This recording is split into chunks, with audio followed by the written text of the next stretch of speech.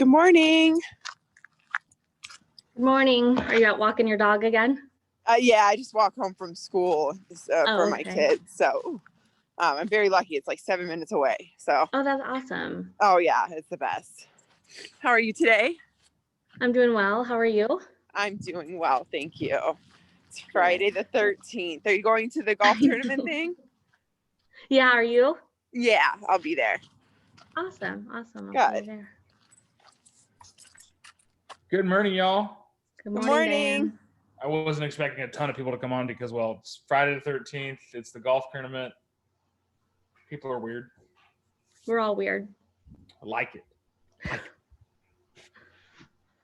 Well, how was the school walk this morning, Miss Sarah?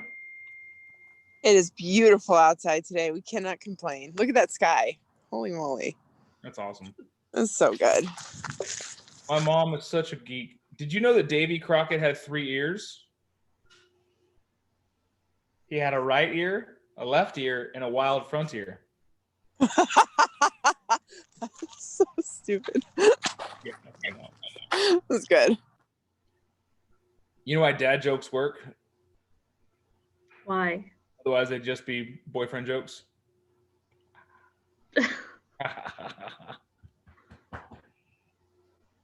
Every time I'm on a call at home, my dog sits right next to me now. He just comes and he just plops down next to me because he knows I'll pet him while I talk.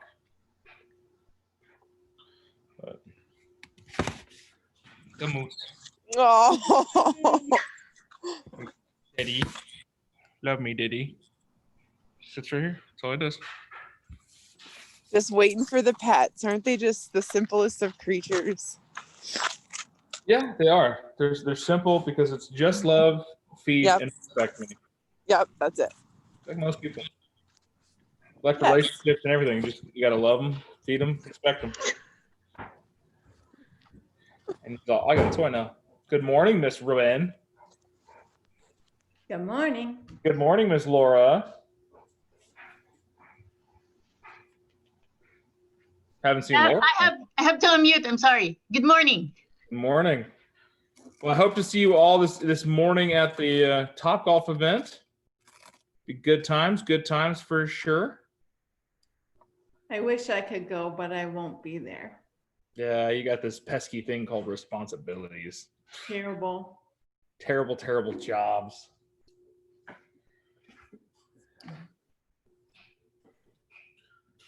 I posted a grateful video for you this morning. I'm Not still for me. confused not for you, for me, which page to put things on.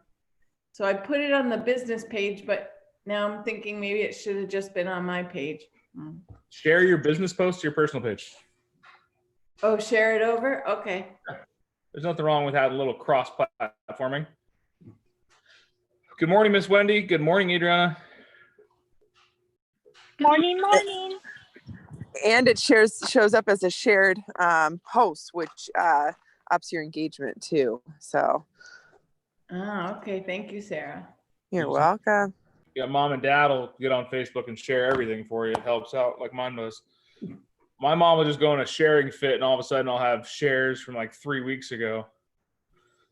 Well, thanks, Mom. But all right, well, it's 8:03. It is Friday the 13th. Thank God it's not a blue moon, a blood moon, a harvest moon, anything like that today. I don't think we could handle it. Today, we're all supposed to jump and say Jumanji at the same time, I guess. It's supposed to reset the clock, get us out of this weird funk that 2020 has put us in. So, good morning, Miss Davis. Jason, are you hired on yet? Good morning. I don't know. I gotta get your approval and Lisa's approval. That's all. Not mine, just Lisa's. All right. You already have mine. Thanks. I said no a long time ago.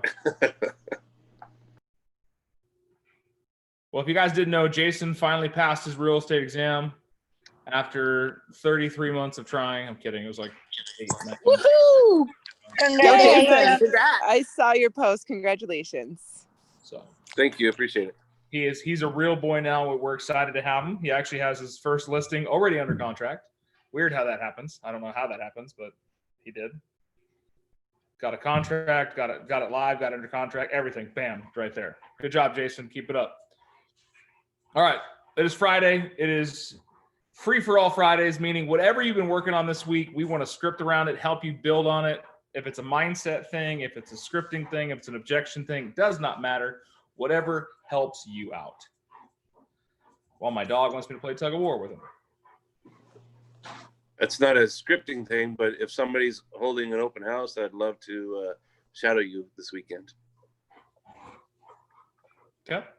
Also put it in the group chat too. There might be something you can partake in. So everyone else has just been flawless this week. No hurdles, no nothing. Now I know you guys are getting good because you should teach this class. I'm gonna turn. Here you go. Your turn.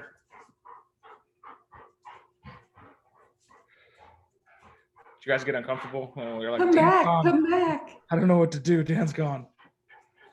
But well, let's do some house cleaning stuff. Are you going to Topgolf today? Yes or no? No. Yes, a couple yes, a couple no's. Are you doing business planning clinic on Monday?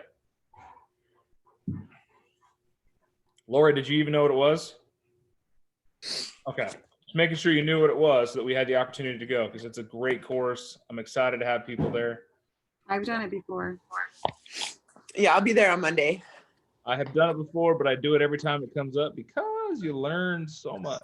I know. There's one thing I had to change my mindset around is I never watched the same movie twice because I thought, well, I've already seen it. I've never read the same book twice because, well, I've already read it. And now I'm starting to do things a second, third, fourth, fifth, 12th time. And it's amazing what you pick up that you missed the first time or the second time. And like, I never thought about it. And I did. I would legit not I would not watch movies because I've already seen it. And I watched a movie the other day that I hadn't seen in years. And I was like, oh crap, I don't remember that. And I went to a training class that I've gone through a couple of times and I picked up more technologies, more thoughts, more ideas. And it's like, okay, so just because we've done something, reiterate it in our minds, refresh it and go through it again. It's a very beneficial thing to you. So. Yeah, taking it over and over again helps you pass the class. It's good. Speaking from true professional there. So I really think if you had had in person, Jason, the entire time, you'd have been a lot better off. So I 100% agree. There's a learning curve to learning things online like that. So don't beat yourself up. It took me 2 times to take the test. So yeah. It took me 2 times to take the test the second time. Wait, Yeah. what? What'd you say? When I went to Colorado, I let my license lapse, and when I came back to Tucson, I had to retest, and it took me 2 times the second time. They changed the friggin' test on me. But I want to hear from you. Like, what are we working on? What struggles did you have? What wins did you have? You want to celebrate and get excited about, and teach others the word tracks that you use to gain agreement. Well, I have maybe a quick one. I want to thank Samantha. I had a buyer call yesterday and, they don't really respect our time. So like, can we go look this afternoon? And I'm like, sure. Because he's in the, $600,000 to $800,000 price range. I'm like, yes, sure. So I've known this client for a while, but he said, oh, my girlfriend's going to come. So we look at about 4 houses that they chose. Of course, a bunch of the ones they liked had already gone under contract. And so I just, on the last one, I'm like, okay, she's hating these. I need to ask, and I use Samantha's thing, what are your top 3 things? Because I used to, go through the whole thing. And I was like, okay, well, let's just shorten this up. Because again, most of you are not new, I guess, anymore. But if you have, someone come into the dynamic all of a sudden and they're like the expert or whatever, or their opinion really matters, you got to get their buy-in. So she starts telling me her things. And then I ask him, I'm like, because she's like, oh, really modern. And then I'm like, I think you really kind of like more classic and what you say has character. And you're like, oh, I'm okay with the modern. So I'm like, okay, we're at like very far apart here. But I got her top 3 things.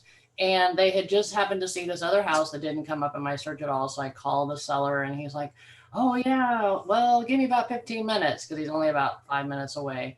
So we go look at it. They both love it. It's $725,000. We put in an offer last night.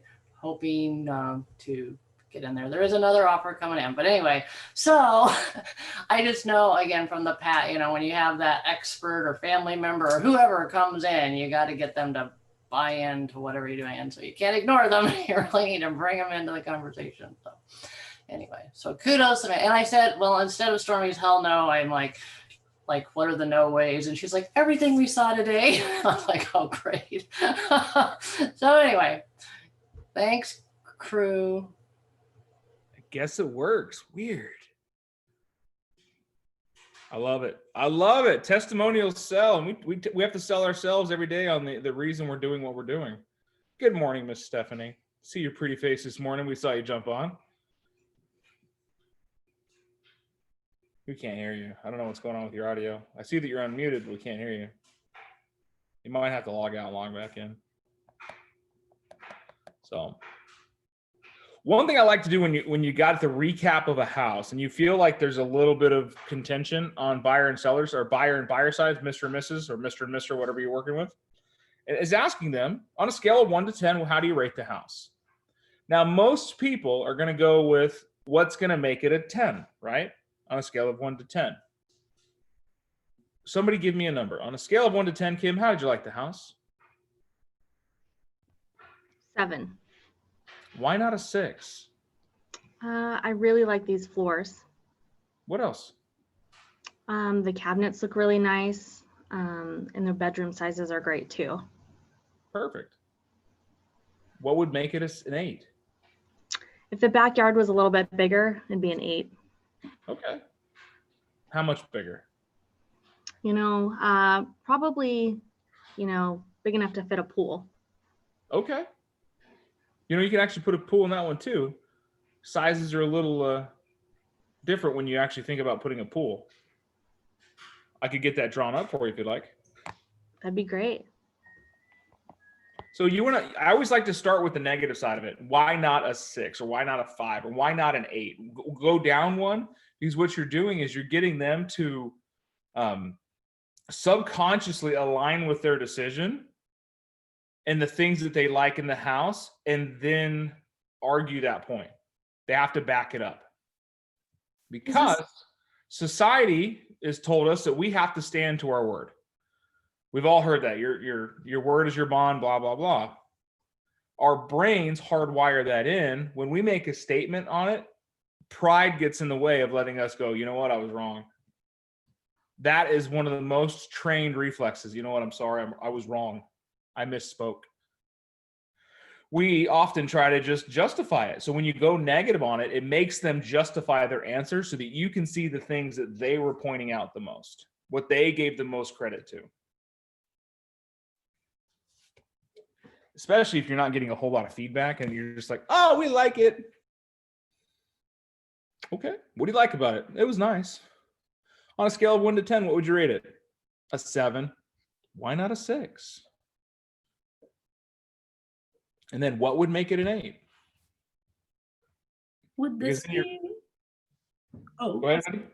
would this be like a good time to ask that wise, or you know, what's important to you about that? When you know, if they say, "Oh, well, I wish I had a pool." Oh, well, what's important about that to you, or to just leave it as like the scale?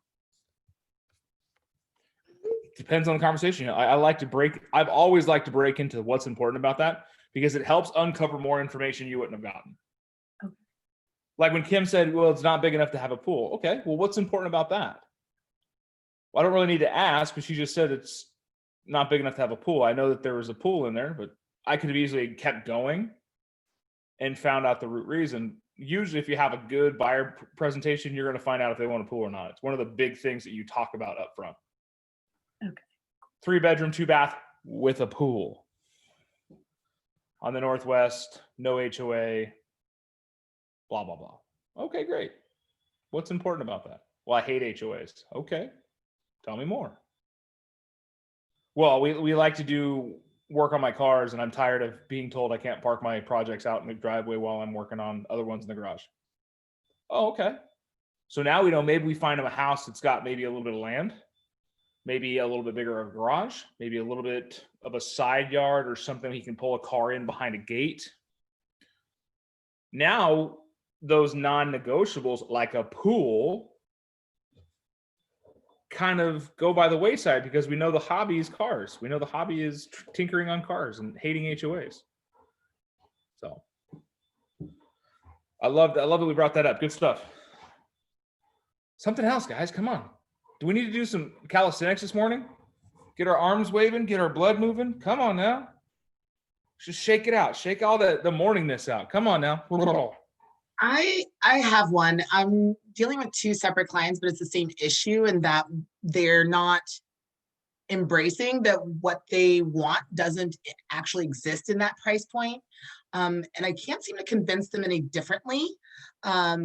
Even though it's like, well, you see the listings, that's what's available. You know, I'm not like hiding something extra. There's really nothing more out there. And I'm not sure how to reframe that mindset. What have you done so far? I've done like even as much as like, hey, I'm going to open my MLS on my laptop. We're going to quick search it. We're going to put in that criteria.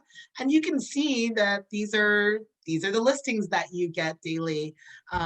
This is what the reality is. So we talk a little bit about there's a shift in Arizona and what that means right now in the market. But there's just how far off are they on price? Like, quite frankly, like they're in the 250s, but they want something that would be in the mid 3s. Okay. Now, is it a payment issue or is it a qualification issue? I think it's a payment. Like that is their budget. That's what they can spend, you know? I mean, who's told you that? The lender or the client? So it's a lender thing. And I suggest that they shop around and get multiple lender perspectives. So they have 3, and I think that's pretty solid. And they're in the similar range within, you know, $10,000. And 250 is usually the ceiling? Well, 270 is the ceiling, but they want to stay at 250. They've realized now they need to go up a little, but it's still not, it's just wanting everything, but it's not happening. And what they're referencing are people in their circle that have bought years ago, and that's just not where we're at right now. And it's a very tough conversation. I'm asking all this so I know what you've done and kind of the mindset behind it. Yeah. One way to do things is when you show somebody their budget and you go out there and you show them the nicest houses in their budget and you tell them, this is what you can buy. Now, like I ask, is it a budget thing or is it a qualification thing? Because oftentimes people go, I want to be at 250 because they in their head have said 250 is the perfect price point on a house. And that's a $1,500 a month payment. And that's where I want to be at. Not knowing that a $350,000 house is an $1,800 or $1,900 payment, which in some people's budgets, and I know some people look at math differently, and I'll tell them, is it for $100 a week, is it worth you getting exactly the home you want or settling for something that you think is comfortable? And that's because, again, the qualification versus the budget. Most people, when they go to the bank, are going to be a little on the conservative side because the bank wants to be conservative. They want to be conservative. They want to be happy. And when you ask a majority of people, first-time home buyers want their payment around $1,000 a month. Move-up home buyers want their payment around $1,500 a month. Experienced buyers know that they can go as far as they want to go and get the house they want to get. It's usually that 3rd or 4th house where they start making decisions based on desire and not budget. But if you look historically in those lines, your first-time home buyers, we want our payment around $1,000 a month or less. Okay, that's cute. We want a $250,000 home for $1,000 a month. Okay, cool. I'm gonna need $70,000 down. So that's why we ask these questions. We can bear them. Now, working with a client that's unrealistic about that, you can tell them, you're absolutely right. You could have bought a house 8 years ago, exactly what you want for $250,000. But an average of 4% per year over the last 8 years, what would the value of that home be today? $350,000 to $400,000. Now let me ask you this, Mr. and Mrs. Buyer. Are you willing to wait another 8 years for the house values to come up that much and lose out on that much rent? You're paying $1,500 a month now. So over the course of the next 8 years, you're paying over $100,000 in somebody else's equity. Now I'm bringing that gap down a lot more, aren't I? Mhm. And then like, well, we just don't like the houses in our price point. Cool. What can we do to talk to the lender about getting you a higher qualification? Again, because when lenders and clients talk, they tend to be conservative. If you have a good relationship with a lender, you can ask them up to what? What's my max? What can we stretch this thing to? And they'll give you the 90%. They never give you the 100%. They never give you the all in. They will give you that 90%. Okay. And then again, it's called a takeaway. You can either invest in the house now and put some money into it to get it exactly where you want, and then 8 years from now it'll be worth a whole lot more, or you can spend the next 8 years paying for somebody else's finances, growing somebody else's future. And if you're at 270 to 350, what is it? 270 payment is $1,700 a month, less than $1,650 ish. Yeah. I'm talking all in payments. Now we reduce the ridiculous, and it's a lot easier to get somebody to move. If they've committed to $1,500 a month, is it easy to move another $500?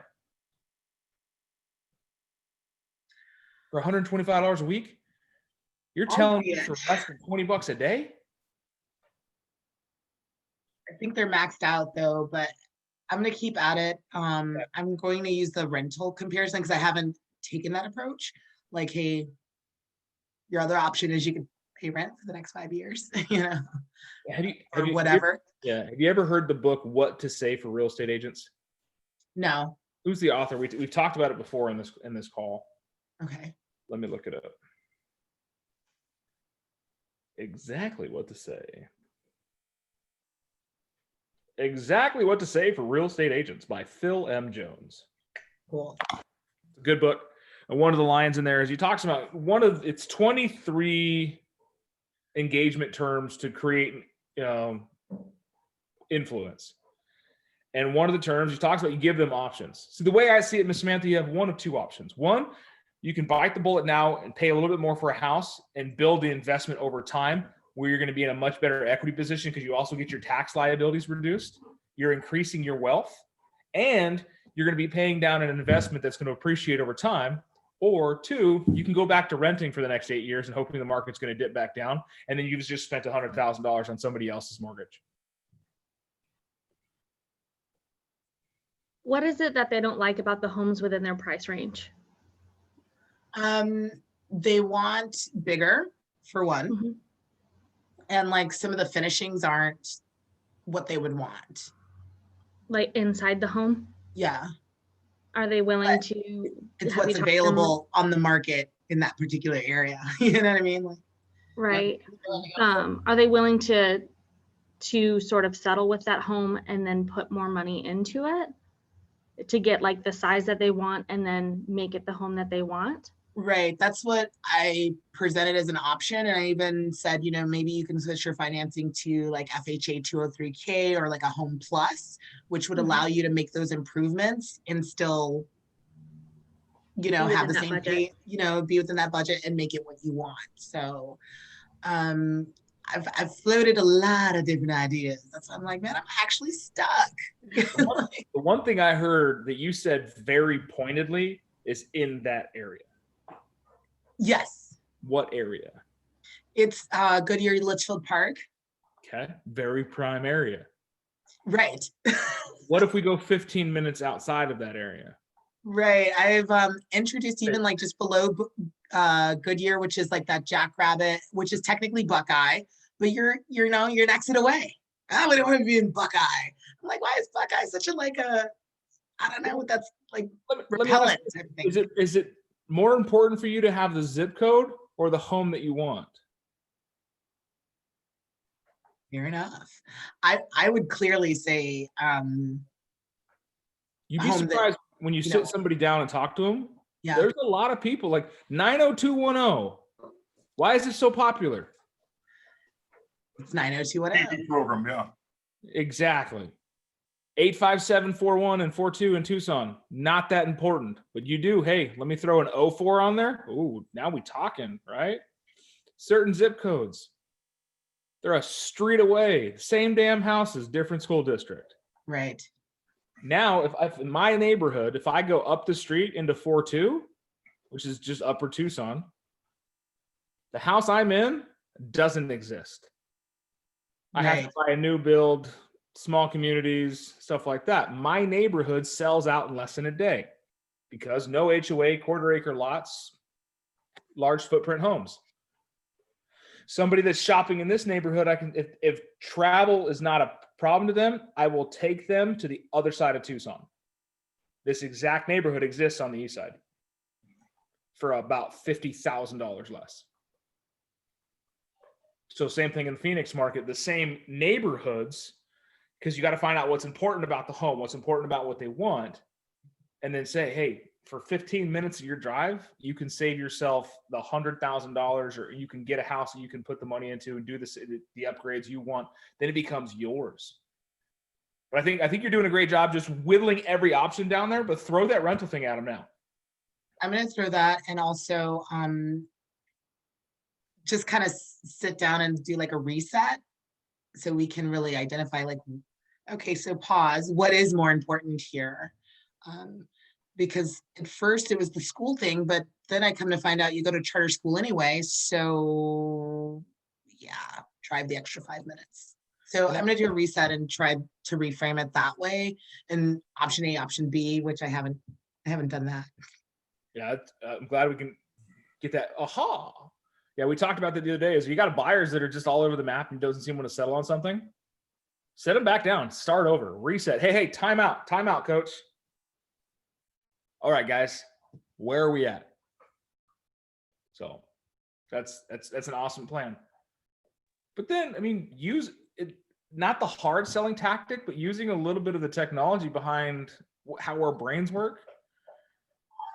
People will do more to get out of pain than to call it the pain pleasure threshold. They will do more work to move away from pain than they will towards pleasure. Unfortunately, most of us are hardwired primarily to move away from danger, to move away from pain, to move away from things that are not good for our health, not to move towards something that's beneficial. We will run away from a danger before we will run towards a benefit.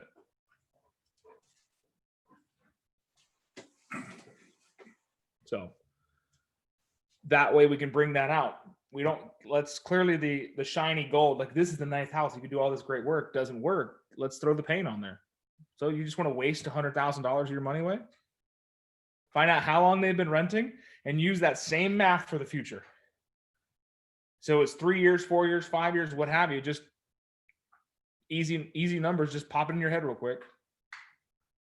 So you're telling me you would rather waste, key term, waste, throw away, give away, pay someone else? What could you have done in the last 5 years? What could you have done with that $100,000? That's when you start to get a lot of that pain, and you can move them towards something better. And if they're not guiding, put a pain block in. Oh shit.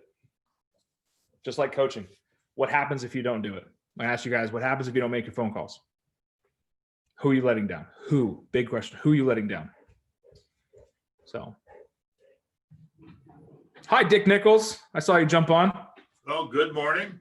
You may want to ask them, the big question is, do you think you deserve to be in the house you want? I think you do. And then ask them if they want to get a private zip code. A private zip code? Yeah, they'll laugh and they'll smile and say, well, it doesn't exist. But, how far do you need to go up in the zip code to get what you want when the house is right here? Right. That's awesome. I'm going to use that. You want a private zip code? What is that exactly? Quit being dumb. Buy this house. I love it. Hey, Dick, isn't your Snyder Road under contract?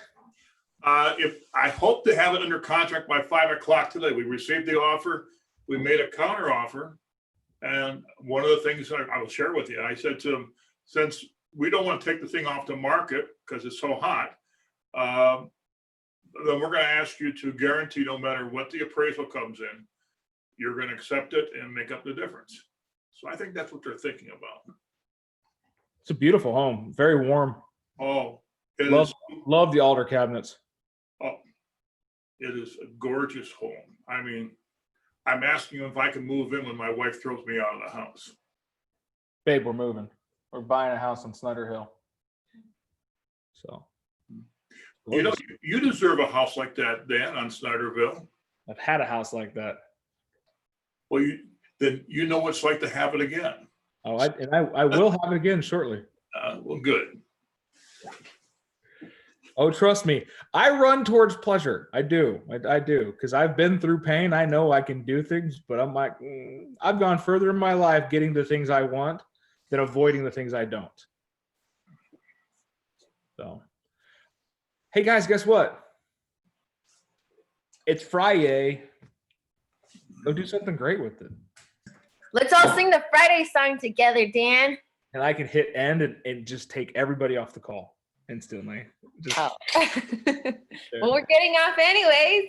right. Hey, anything else before we depart? Those of you who are going to Topgolf, I'll see you at 10. 10? If not, enjoy yourselves. Samantha, I'm sorry that you're up there in the dirty, dirty north of Phoenix, but you're still welcome down here to our events too. We love you anyways. I love it up here. It starts at 10. I thought it started at 9 today. That's what happens when you pay attention, Jason. You've been too focused. Jason was on the real estate busy. test. He was. He passed his real estate test. Yeah, it's 10 o'clock. 10 to 1. 10 to 1. 10 to 1. 10 to 1. Okay. God bless you all. Bye, guys. We'll talk soon. Have a wonderful Friday. Happy 4/30. No, it's Friday the 13th. I don't know what it is. Just have a great day. Friday the 13th. Go change somebody's life. It's Friday.